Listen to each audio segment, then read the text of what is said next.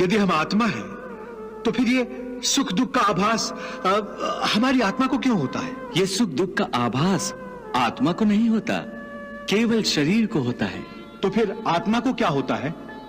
आत्मा को कुछ नहीं होता, क्योंकि ये होना न होना, सुख दुख, सर्दी गर्मी, ये सब प्रकृति के नियम हैं। आत्मा तो अविनाशी परमात्मा का अंश है, इसलिए आत्मा प्रकृति की सीमा से बाहर है। आत्मा अचिंत्य है, मानवीय चेतना के चिंतन के घेरे में नहीं आती।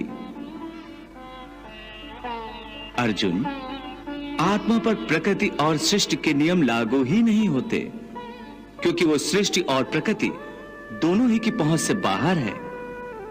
जैसे एक चिंगारी अग्नि का ही अंश होती है, वैसे ही आत्मा परमात्मा का ही अंश होता है।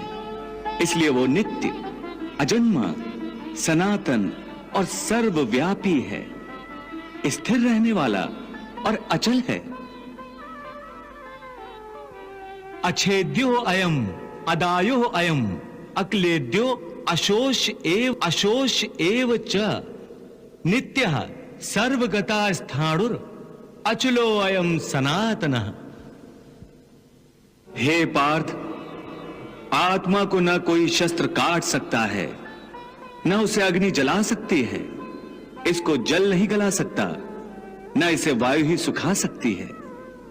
नैनम छिन्दन्ति शस्त्राणि नैनम दहति पावकः न चैनम क्लेदन्त्यापो न शोष्यति मारुतः। हे अर्जुन, ये सब समझकर तुम्हें ना किसी के मरने का शोक मनाना चाहिए और ना किसी के ना मरने की खुशी का प्रदर्शन करना चाहिए।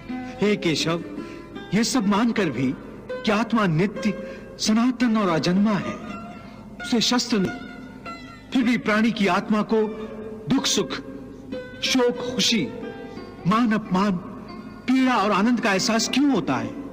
हे पार्थ, मैंने पहले ही तुम्हें बताया कि सुख दुख का आभास करना आत्मा का नहीं, शरीर का काम है।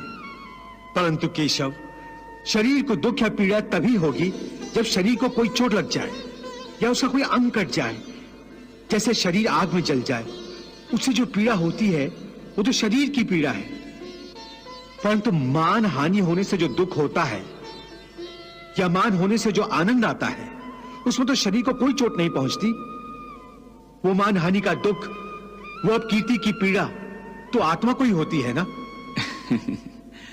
नहीं अर्जुन, ये कीर्ति अपकीर्ति, मान अपमान, ये लाभ हानि, ये जीतने का आनंद अथवा हारने की पीड़ा, ये भी आत्मा को नहीं होती। ये आत्मा का काम नहीं है, ये तो मन की शरारत है। मन की शरारत, इसका क्या अर्थ है केशव? पार्थ, प्राणी के शरीर का एक अदृश्य अंग है मन, जो दिखाई नहीं देता, परंतु वही सबसे शक्तिशाली हिस्सा है शरीर का। ये याद रखो,